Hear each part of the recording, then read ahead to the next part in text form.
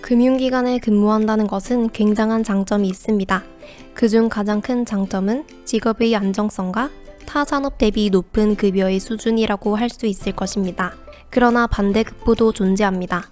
대부분의 금융기관은 55세가 되면 임금 피크제 제도를 받아들이던가 명예퇴직을 하게 됩니다. 요즘 같은 상황에서는 사실 너무 일찍 은퇴를 하는 것이 아닌가 하는 생각이 드는데요. 최근의 노령화 사회를 고려하더라도 너무 일찍 사회의 우수한 자원이 사장되는 것이 아닌가 생각이 됩니다.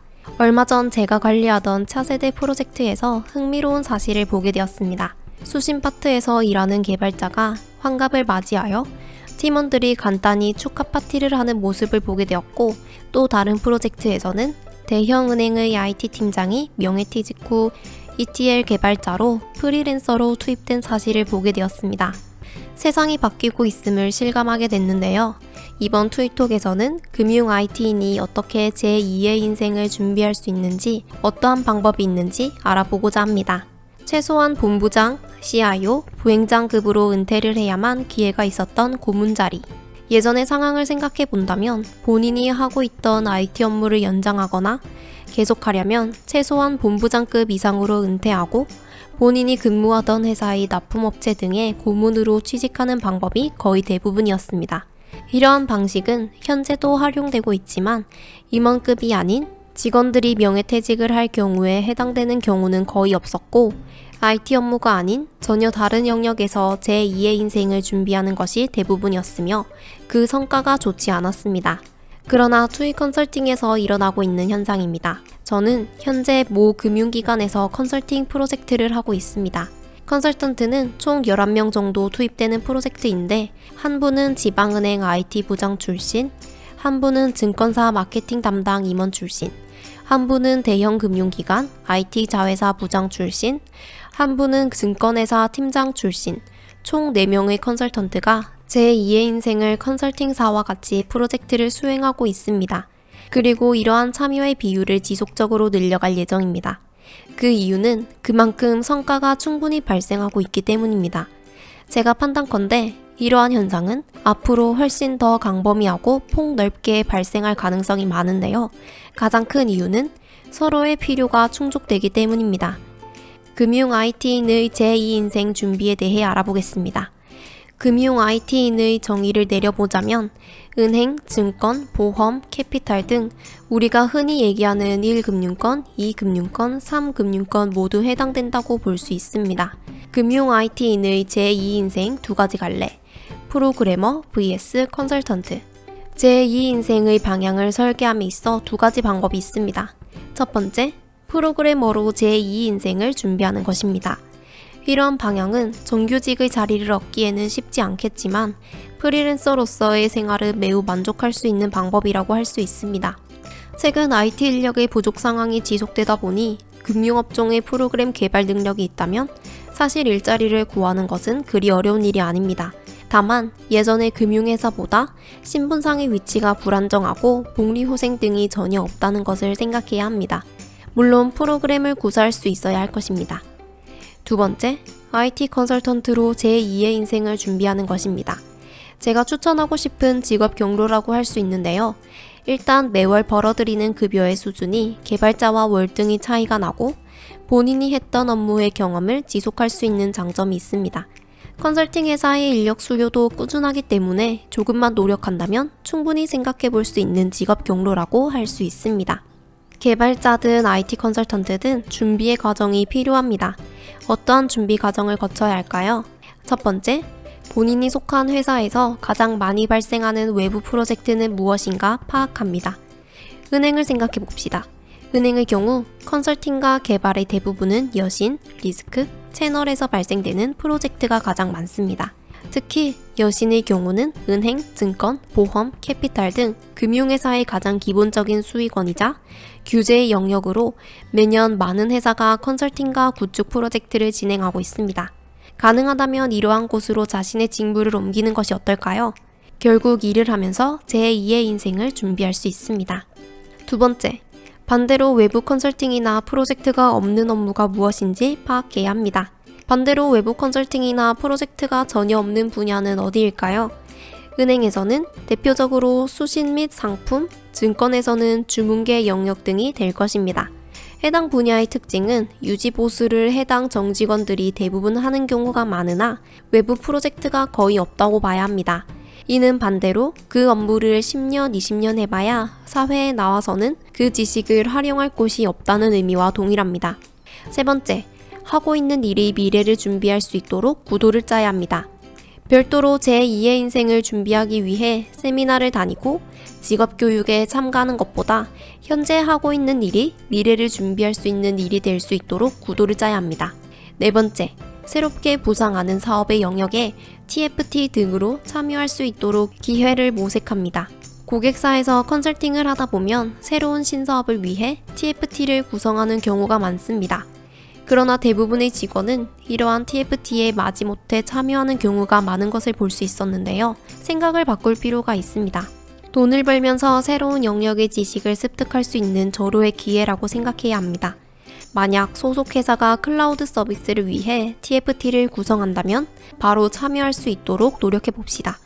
이러한 경험치는 IT인으로서 제2의 인생을 준비하는 데 많은 도움이 될 수 있음이 분명합니다. 다섯 번째, 현재 같이 일하는 개발자, 컨설턴트가 미래의 나의 동료가 될 수 있음을 명심해야 합니다. 사실 가장 중요하다고 생각되는 내용 중 하나입니다. 예전에는 갑사 직원은 계속 갑으로 남고 을사의 직원은 계속 을의 직원이었지만 최근 직장의 이동이 많아지고 은퇴 이후에도 새로운 직업을 준비하고 선택하는 경우가 많아짐에 따라 예전의 동료가 갑이 되는 경우가 굉장히 많아졌습니다. 또한 프로젝트를 같이 진행하면서 알게 된 개발자나 컨설턴트가 제2 인생 준비의 가장 큰 네트워크 중 하나가 될 수 있음을 명심해야 합니다.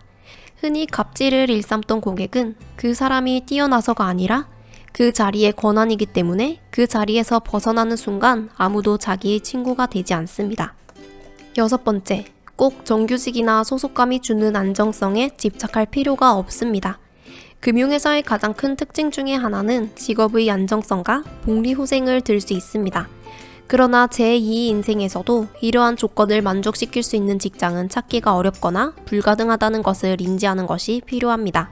제2 인생에서는 자신이 가지고 있는 역량의 범위 내에서 능력을 발휘하고 그만큼의 대가를 받는 것이 냉혹한 사회의 현실입니다. 즉, 능력이 많다면 금융회사에서 근무할 때보다 훨씬 많은 급여를 받을 수 있기 때문입니다. 직장의 안정성보다는 나의 경력 관리를 계속 유지하면서 생계도 유지할 수 있는 정도의 수준을 1차적인 목표로 잡는 것이 현실적입니다. 체계가 잘 잡혀있는 큰 조직에서는 톱니바퀴처럼 생활해도 큰 문제가 없었으나 바깥의 세상은 처음부터 끝까지 모두 내가 해야 하며 그것을 잘 해낼 수 있다면 훨씬 더 큰 금전적인 보상을 받을 수 있기 때문입니다. 일곱 번째, 기술보다는 비즈니스 전문가가 훨씬 유리하며 기술에 기반을 두고자 한다면 매우 전문적 영역의 노하우를 쌓아야 합니다. 또한 신기술의 전문가가 되려는 노력은 바람직하지 않습니다. 금융의 가장 큰 특징 중 하나는 A은행의 비즈니스 모델과 B은행의 비즈니스 모델이 크게 다르지 않다는 것입니다. A은행에서 여신의 경험을 가지고 있다면 B은행 여신 프로젝트에 참여해서 일을 해도 큰 이슈가 되지 않습니다. 예를 들어 삼성전자 IT 시스템 경험은 금융에서는 크게 인정해주지 않는 것을 생각해보면 그러합니다. 그 반대의 경우도 마찬가지일 것입니다. 최근 금융 IT는 차세대급의 대형 프로젝트는 거의 사라져가는 분위기이고 단위 영역별로 필요한 부분만 컨설팅이나 구축 사업이 진행되는 경향을 보입니다. 따라서 자주 발생하는 컨설팅과 구축 사업을 대상으로 자신의 지식을 축적하는 노력을 해야 합니다. 다만 신기술의 전문가가 되는 노력은 바람직합니다. 이유는 이미 시장에는 신기술에 대한 전문가가 많이 존재하기 때문에 이들과 경쟁한다는 것은 생각보다 쉽지 않기 때문입니다. 여덟 번째, 논리적인, 체계적인 사고의 연습을 하는 것이 좋습니다. 논리적, 체계적인 사고의 연습이라고 하는 것이 다소 모호할 수 있는데요. 구체적인 실천 방안은 프로젝트 중간 보고서나 종료 보고서를 본인이 직접 작성하는 것이 실제적인 연습 방법입니다. 중간 보고서와 종료 보고서 등을 작성한다면 프로젝트 상황을 이해하지 못한다면 작성할 수 없습니다. 따라서 프로젝트의 세부적인 상황을 충분히 고민하게 됩니다. 이러한 연습을 지속적으로 하다 보면 체계적인 사고의 연습이 되고 실제로 퇴직 후 실무에도 상당히 많은 도움이 됩니다. 9번째, 실무를 직접 해보는 것이 좋습니다. 여기서 실무라는 것은 프로그램 몇 번을 직접 짜보거나 파워포인트로 설명 자료를 직접 해보는 연습을 꾸준히 해야 한다는 것입니다. 갑의 입장에서 근무한 금융 IT인이 가장 잘하는 것은 아래아 한글로 문서를 요약하는 능력입니다. 본인이 의도하던 의도하지 않았던가 실제로 아래아 한글로 문서의 기한과 작업을 계속해왔기 때문입니다. 이처럼 현재 하고 있는 업무가 미래의 자격이 될 수 있도록 꾸준히 준비한다면 그것이 바로 제2 인생을 준비하는 과정이 될 것입니다. 10번째, 거강꾼 비즈니스 모델은 금융 IT인들에게 바람직하지 않고 성공 가능성도 매우 낮습니다. 컨설턴트로서 일을 하면서 만나게 되는 많은 고객들은 해당 분야의 네트워크가 굉장히 많다는 것을 자랑하기도 합니다. 여기서 확실히 알아야 할 것은 그러한 네트워크는 본인의 노력으로 구성되는 것이 아니고 본인의 자리가 만들어준 네트워크입니다.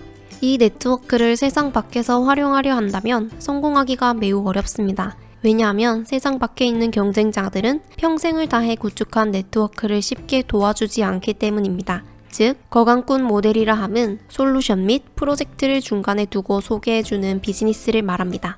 생각보다 영업은 매우 힘들고 고객사의 요구와 분위기를 맞추는 일은 평생 갑사로 살아온 사람에게는 굉장히 어렵습니다. 결론적으로 고령화 사회에 진입하면서 이제는 누구나 제2의 인생을 준비합니다. 제2 인생은 본인이 평생 하던 일에서 새롭게 시작하는 것이 가장 리스크가 작고 안정적입니다. 이러한 의미로 금융 IT인들이 개발자나 IT 컨설턴트로 전직을 고려하는 것은 매우 합리적이고 사회 전체로 보아도 바람직한 현상입니다. 외국 영화에 보면 백발이 된 컨설턴트나 개발자가 많은 연봉을 받고 프로젝트를 하는 경우를 보게 되는데요. 우리나라도 그러한 시기가 도래하고 있다는 생각을 해봅니다. 참고로 컨설팅사가 금융 IT인들과 제2의 인생을 같이 준비하면서 얻는 장점. 투이 컨설팅은 명예롭게 은퇴하고 제2의 인생을 IT로 새로운 미래를 꿈꾸는 분들과 다양한 성과를 내오고 있습니다. 또한 이러한 구도가 투이 컨설팅의 사업 모델의 일부분으로 적합하다고 생각하고 있습니다. 제2 인생을 IT 기반으로 생각하는 금융 IT인들이 있다면 투이 컨설팅과의 협업을 고려해보면 어떨까요? 투이 컨설팅의 문은 항상 열려 있습니다.